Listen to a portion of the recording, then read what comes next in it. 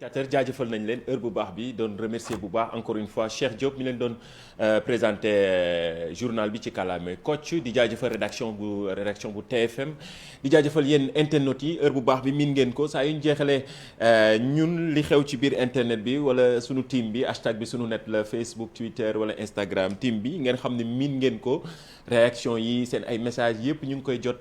ci réseaux sociaux yi wax naa ko li xew ci biir internet bi mooy seule émission boo xamante ni avant la pendant ak après am ngeen possibilité réagir ci Facebook live bi di remercier encore une fois ñi nga xamante ni équipe digitale bi nga xam mooy jàpp ci liggéey bi ba tax ngeen ñuy mën a suivre en temps réel ci suñu plateforme yëpp rawatina Facebook bi nga xam ne actuellement nous sommes en live di jaajëfal aussi internautes yi ci seen réactivité quoi parce que en temps réel da ngeen koy am tey nag dañu am benn expert bu fi ñëw te mbirum Instagram la ñuy waxtaanee tey ndaxte ñëpp bari ngeen ci doon ñu poser ay questions nan lañ mën a def ba certifier suñu compte Instagram yi Bijou nag dafa bokk ci ñi nga xamante ni rares personnes yi nga xam ni wala quelques rares personnes yi nga xamante ni fii dañoo certifier compte am moo tax tey ñu woo la nga expliquer surtout ndaw ñi nga xamante ni peut-être am nañu fonction yow dañu lay présenter comme journaliste présentatrice influenceuse peut-être.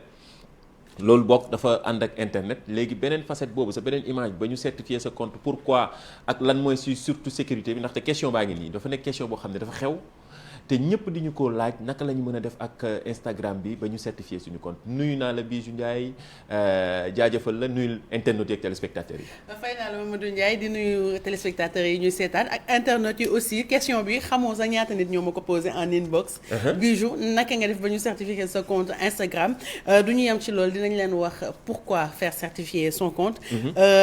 lan la lay yokkal boo ko amee badge bu bleu bi ak surtout yan démarche ngay def pour ñu certifier la sa compte Instagram. mooy ay gratte yi léegi ci réseaux sociaux yi. badge bu bleu bi mooy gratte yi. boo ko amee day mel ni daal symbole de réussite la ci plateforme bi. di Instagram day mel ni daal yow tekki nga.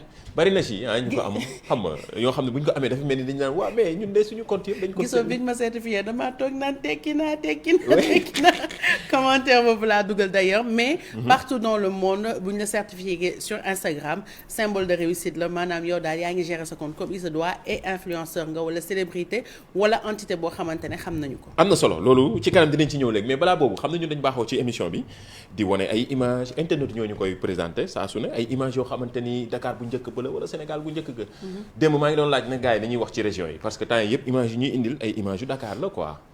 démb tey jii choisir nañ ci benn ci Dakar yi kii dafa poser question laaj fii fan la ci Dakar benn image bu yombut a xam j'imagine élagement bu paree mën nañ ko partager mooy li nga xamante ni voilà mi ngi nii fan la ci Dakar lii nag yombul te xam naa ni mag ñi ñoo koy gën a xam naa ni Dakar année 70 peut-être wala année 80 mais doo mën a xam comprendre moo tax ma xam ni lii jafe na peut-être na internautes yi kenn dina ci am xam-xam bi wala réagir photocopie lañ bind à côté. waaw photocopie am na leneen lu ñuy bindaat fii mais xam naa ni am na nag ñoo xamante ne ay spécialistes Dakar lañ quoi à chaque fois bu ñu poser question fii fan la ci Dakar wala fii exactement lañ lay wax lieu bi. bon j'essaie de décortiquer l'image pour am ay informations mais même écriture yi nekk ci ginnaaw maire bi doo ko mën a lire.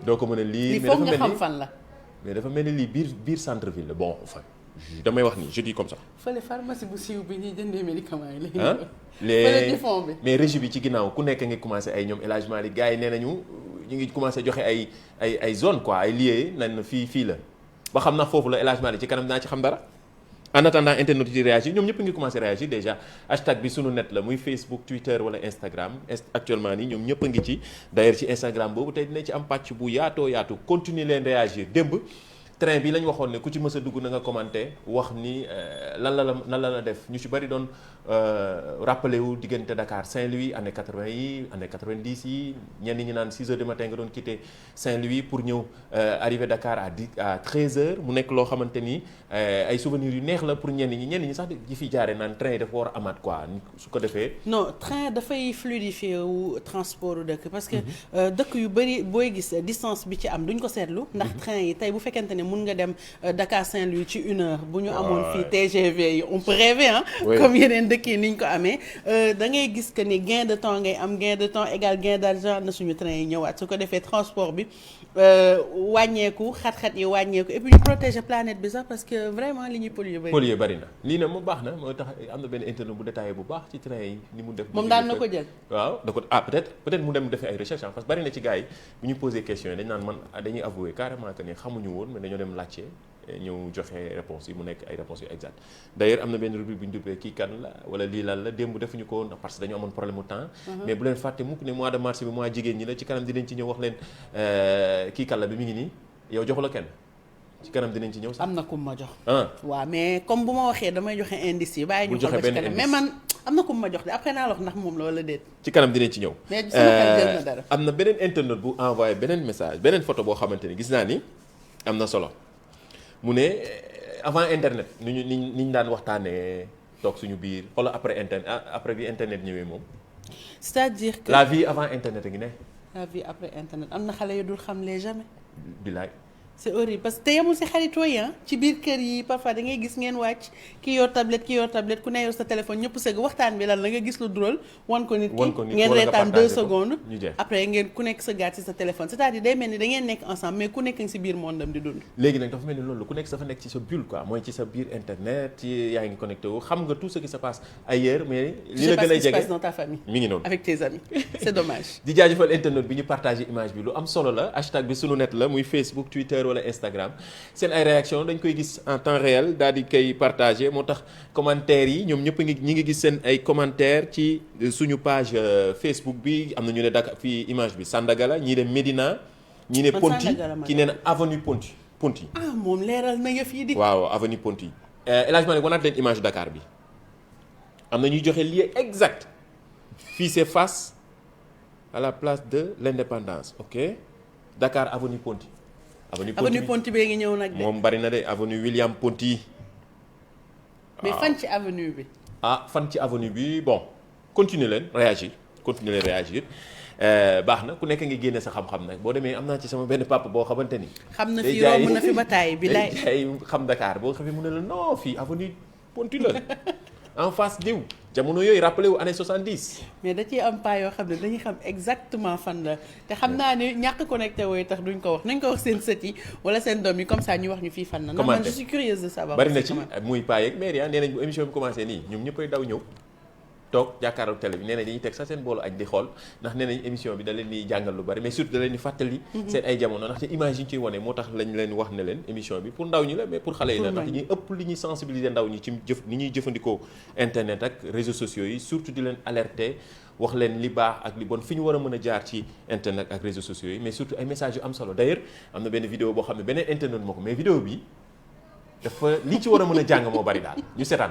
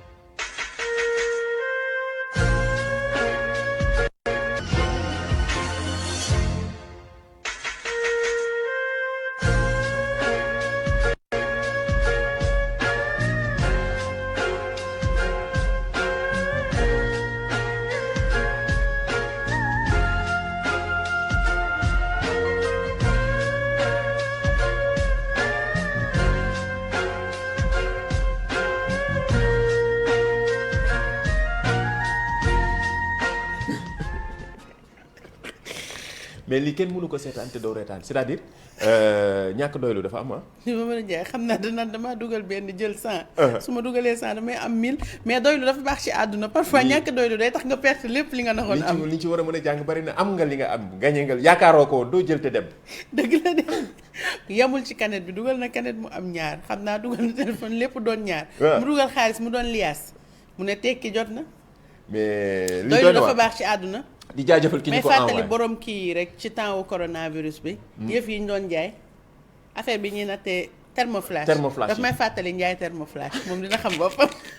mais doylu dafa baax lii la benn internet moo ñu ci taggee ci réseaux sociaux yi ñu di koy partagé mu nekk lu am solo loo xamante ni gis nañu vidéo bi liñ ci war a mën a jàngat bari na waaye tamit am na benn internet bu résumé nee na situation politique bu Sénégal gis nga ko nii sama bët yi nag baaxul. situation politique bi waaw moom dafa def nee na équation politique la. mu ne il retrouve Macky égal problème point d'interrogation il se pose des questions. Sonko retrouve Ahmed Khalifa Niass est-ce que c'est une solution. Question encore lépp dafay questionner le juge convoque Sonko problème avec toujours point d'interrogation. Le juge démissionne patriote. Point d'interrogation.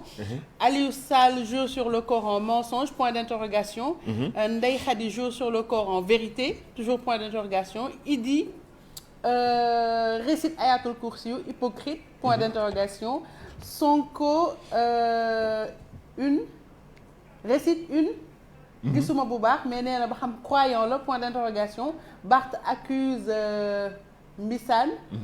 Point d'interrogation. donc dafa en résumé dafa résumer situation. voilà bu nee point d'interrogation. genre ba ci fin bi moom nee na moom équation bi mënu koo résumer parce que y a tellement de choses qui se passent. Moussa démissionne Moussa devient patriote alors que bi ko Barth accusé boobu voleur la woon. donc Moussa porte plainte donc régime bi moo nekk ci ginnaaw. finalement on ne sait plus. On est perdu tel que lui qui pose les questions. Le problème. waaw problème bi da lay poser parfois sax solution yi question lay def day def ay points d'interrogation. ngir nee na mënul résoudre équation bi. mais équation bi mooy nous non plus nous aussi ah. mënuñu ko résumer donc nañ bàyyi Sénégal muy avancer noonu rek ak politique am. de toute façon c'est ça la politique ah. c'est ça tellement de rebondissement. ku nekk di joxe sa ku ci nekk tey di nga féete fii gauche bu subaa nga dem carrément droite politique moo ko laaj sûrement. mais politique Sénégal noonu lay dem. dafa ànd ak li xew ci biir internet bi ay message la yoo xam ne dañ ciy taggee def hashtag bi sunu net def ci TFM muy commentaire muy message boo xam ne gis nañ ni dina mën a heure bi mu relax quoi ay information la mais mu nekk loo xamante ne dina soxal téléspectateurs yi d'ailleurs am na beneen boo xamante ne bii nee na ko fàttaliku lii yow de moom li fekk nga lii. Sopp Lisa moom fàttaliku naa ko. yow fekk nga lii 1000 francs fekke nga ko. Sopp Lisa fekke naa ko 1000 francs bii. carte jamono yi fekke nga ko. waaw carte jamono fekke naa ko. affaire boolu Abdou Diouf yële ne fekke nga ko. boolu Abdou Diouf yi sax maam amoon na ci ak ko ci kaw lal bi mais pour ci kaw armoire bi pourquoi. décoré. ku daan décoré nii ba pare dañ koy tourner pour Abdou Diouf. mais message bi waa ji def dafa ne ku fekkee lii war na la mën a est-ce que actuellement nii war nga mën a marier ba am ñaari fonder sa famille au moins nga am ñaari doom. nañ bàyyi nit ñuy tuumaal ku nekk ak sëriñ bi may na la ñu jàmm. ku fekkee lii te amagoo jëkkër wala jabar xoolaatal sa bopp ku fekkee événement yii yëpp ñu ngi ko waxee. ñoom Lisa ma bëgg a bokk ci publicité bi ndeysaan. ak 1000 francs te fekk boobu tourné nañ ko bu yàgg ba posté xaw ma woon nu muy demee. jaajëfal nañu leen yéen ñëpp internautes yi xanaa tey kontaan ngeen ndax tey déjà nii lañ démarré émission bi mu relax yéen ñëpp seen ay commentaires ñu daal di koy gis li ngeen posté ci ay messages muy lu ñu war a mën a jàngat mais lu ñu war a mën a partager ak téléspectateurs yi internautes yi yéen ñëpp gis ngeen ko te tey ni ñu démarré je pense que c'est trop fun léegi nag ñu ñëw ci les choses sérieuses ci mbirum Instagram bi loolu moom dina am solo Instagram nag mu nekk réseau social boo xamante ni actuellement dafay gën di yokk 2017 déjà mi ngi woon toll ci 800 millions d'utilisateurs yoo xam ne weer wu ne mais actuellement nii mi ngi am plus de 2 milliards de personnes yoo xamante ne dañ koy utiliser tamit chaque mois ci réseau social boobu di Instagram bari lool ay sénégalais yu koy utiliser yow nag nga bokk ci ñi ñu certifié ci seen ay compte naka la ñu mën a def ba ñu certifier sa compte. déjà on commence par vous dire certification. lan la ci Instagram mooy compte yi ngeen gis yëpp mu am badge bleu bi.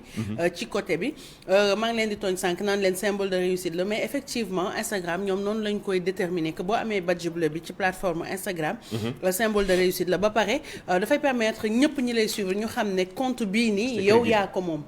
pour yow la c'est officiel c'est crédible donc ñen ñoo ko mën a am marque yu mag yi célébrité yi ak ñi nga xamante ne ay influenceurs lañ Mamadou Ndiaye loolu nag ñoom ñoo mën a am compte yooyu donc célébrité la marque bu mag influenceurs yi surtout. wala entité bu mag bu ñu xam wala entité bu mag. c'est mu nekk benn entreprise bu mag. wala koo xamante ni ku ñuy référence la wala personne publique yi personnalité publique yi dañuy am ay comptes yu ñu certifié comme ni ñu koy gisee ci compte Youssou Ndour bi Instagram dañu ko certifié bien sûr Youssou Ndour nekkul ku ñuy présenté ci àddina wërngal këpp donc compte bu ñu certifié du très naturel. c'est très naturel. Voilà maintenant léegi sécurité bi ndaxte ni ngay def ba ñu certifier sa compte oui mais sécurité bi tamit am na ci solo. bon déjà pour ñu certifier la dafa am ay conditions yooyu respecté mooy condition d'utilisation yi Instagram teg yëpp da nga koy respecté. du ma leen ko liiral lu gudd a gudd la dem leen ngeen lire ko donc faut tout respecter. il faut que sa compte public ñëpp mën si accéder. il faut que nga am profil Instagram bu complet c'est-à-dire information yëpp nga joxe ko ci profil bi. ba pare benn nit bu nekk benn compte certifié nga mën a am par exemple yow Mamadou Ndiaye mënuloo tijji 100 comptes dem certifié lu bu nekk. benn nga mën a certifié après mu jeex. déjà loolu sécurité. voilà ça permet de te protéger contre yenn nit yi nga xamante ne dañuy dem. jéem a utiliser sa tur pour di jaay nit ay marchandises yoo xam ne baaxul. wala di wax di escroquer nit yi genre parfois nga gis kenn ne la waaw yow yaa ma bindoon si tel réseau social bu fekkee certifié nga ko. buñ xoolee dañuy xam ne nekkul woon yow. donc ku nekk benn compte nga mën a am. encore une fois célébrité marque wala entité bu ñu xam wala nit ku ñu xam moom moo ko mën a def. pourquoi badge bi dafay yokk sa crédibilité. déjà ba pare bu ñuy rechercher ay affaires Instagram da lay génnee automatiquement compte yi ñu certifié ñooy gën a génn. ba pare daf lay permettre nga mën a partager lien ci sa story parce que loolu tant que amoo 10 000 abonnés mënuloo ko def mais bu ñu la certifié automatiquement tu peux le faire. mais est-ce que dafay demander benn nombre d'abonnés pour ñu mën a certifier sa compte. il faut à peu près un certain nombre d'abonnés je pense à partir de 10 000 su ma juumlee parce que tey soo amee 300 personnes yu lay suivre. nga demander ñu certifier la kenn du la faale. waaw day créer doute tuuti. duñ la faale sax duñ la sax xoromal donc il faut nga développer sa célébrité sur Instagram avant nga koy demander. on a précisé aussi leneen li ñu war a mën a préciser waat mooy c'est-à-dire mën nga lancer demande de certification bi. nga bàyyi noonu toog ñoom ñooy xëy rek defal la kii boobu la. voilà déjà nan nga koy demander da ngay dugg Instagram. nga dem paramètres. nga dugg compte. demande de certification. soo fa duggee nga remplir am na ay informations yu ñu lay laaj sa turu sa sant turu Instagram bi plusieurs informations ba pare sa pièce d'identité bi nga xam ne moom ngay defee yu officiel yëpp. da nga koy télécharger dugal ko ci biir. ensuite nga xaar Instagram du la message. du la yónnee mail da ngay jékki-jékki rek bu ñu la accepté lee ñu indil la badge bi bu la accepté wul moom du la ko indil mais tout le temps il y a des gens qui t'envoient des messages sur Instagram.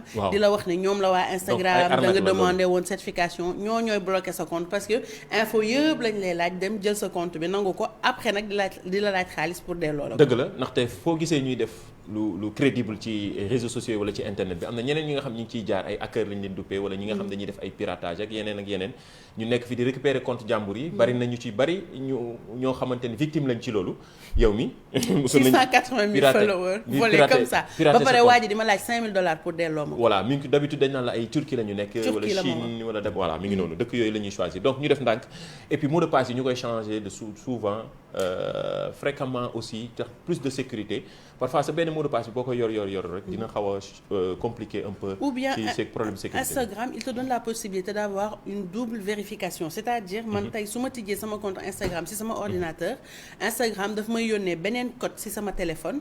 ma dugalaat code boobu tant que aw ma ko du ma ko mën a tijji feneen. jaajëf am na solo explication yi leer na simple na xam nga ñun nag on a 30 minutes non stop li ñu desee bareetul. noppi naa ci heure bu baax bi hashtag bi sunu net la Facebook Twitter wala Instagram Clubhouse. damay bàyyi ba suba ndaxte dafa mel ni temps yi mooy buzz Clubhouse yow yaa ngi moom mais dañu siis nag iPhone rek la ñuy waxtaan. dem naa fa dugg ci waxtaanu jàmbur xaw ma lu ñu doon def sax.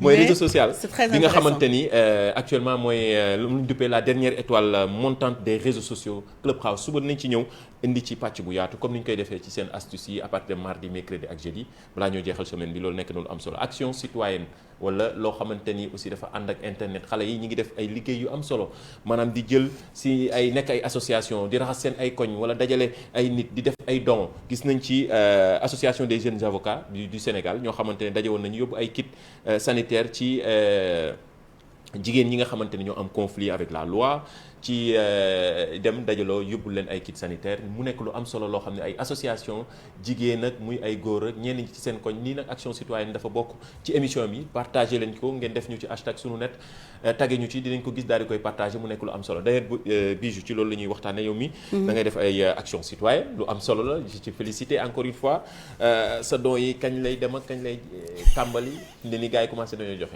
alors commencé na actuellement ñi ngi commencé woon collecte bi mois de novembre mais dafa fi xaw a dëgër dëkk bi moo tax collecte bi di jël temps bi yëpp corona dafa jàpp ñëpp on comprend très bien mais cette année dañu fixé objectif 6 millions on est à 3 millions 550 000 parce que tey jotaat naa yeneen don donc le 8 avril la ñu clôturer collecte bi 9 et 10 avril ñu dem ci 6 pouponnières entre Kaolack Diourbel Touba bu Dakar bu alors Thiès aussi dama ko ci yokk ren ak bu Mbour muy 6 pouponnières ñu nar fa dem yóbbul leen dons yi déjà envoyé nañ leen message pour xool lan lañ soxla dinañ ñu ko envoyé su ko defee ñu mun leen aider. jaajëf am na solo ci li ngay def nii yàlla moo la ciy fay moo la koy fay en tout cas ci ni ngay jàppale pouponnières yi mu nekk lu am solo loo xam ne chaque année yaa ngi koy def di la ci jaajëfal encore di woote jeunes yeeg ñi nga xam ne ñi ngi ci réseaux sociaux yi ñu mën a jàpp ci pouponnières yi à l'image de beaucoup de jeunes ñi ci bari ñu ngi koy def aussi te lu am solo la jàppalante la ñu wax ci période bi ñu nekk di leen jaajëfal le meilleur pour la fin hashtag bi miin ngeen ko sunu net Facebook Twitter wala Instagram ki kan la wala lii lan la 33 822 47 00 mooy numéro Djily CSB mi sponsorisé rubrique bi nga xam ne ma nga nekk rond point cité kër góor gi am nga fa possibilité am matériel électronique am matériel électroménager lépp loo xamante ni dañ koy soxla ci kër yeeg lépp ma nga fa ca Djily CSB ma nga nekk rond point cité kër góor gi moom Djily di ko jaajëfal ci kóolute gi am na téléphone portable yu bees yi Samsung yi Fold S21 yi yëpp a ngi foofu ci Djily CSB mi nga xamante ni di ko encore une fois jaajëfal ci kóolute gi mais kii kan la bi gis naa ni nga ni sànq wax na am na kum la jox wane waatal image bi xale yi def capture bi wax naa ko am ngeen possibilité def biographie am hashtag bi sunu net la muy Facebook Twitter wala Instagram wala sax ci sunu chaîne YouTube bi ngeen commenté peut-être ñu tànn ci kenn yóbbu ko ci Djily mu jëli téléphone portable am kii kan la wax naa ko mois de mars la mois bi yëpp jigéen ñi rek jigéenu jàmbaar yi jigéen ñi nga xam ni marqué nañ histoire au Sénégal jigéen ñi nga xam ne am na lu ñu fi def jigéen ñi nga xamante ne ay roykaay lañu la ñuy fësal ngir ndaw ñu gën a jàng ci ñoom mu nekk lu am solo image baa ngi nii joxloo kenn ba tey. am na ko ma jox. mais comme mënu ma wax. bul wax dara. recherché leen da nga bëgg dem ci Djily. réfléchissez man Djily dinaa fa demal sama bopp. jaajëf Bijou jaajëfal nañ la tàggatool nag suñu heure bi no stop la. 30 minutes merci à vous. comme affaire yi fast track la. maa ngi dem. jaajëf merci beaucoup jox dig daje téléspectateurs yi internet yi ba suba ci beneen numéro li xew ci biir internet bi. ni saw doxin yaa ma nopp na sa xel dal ni foo ma woo dinaa di doomi gaynde nga moo tax sa jom ji rëy ku lay dëkk daa xamul ku xam kay takkaan di gëm doon sa bëgg bu ragal doxalal gaynde njaay di day dëgër këcc sama sëñ kii ku mu dàqit du rëcc xaw mu ni ko nekk kii dama ci woowi waali fekk mooy tëgg yaa ko jar ba ni suukar ku lay xañit danaan ko li ma seede si moom jar na jug taxaw te naan dëgg luy xalam bu ci àndante far dagan ñu koy dugal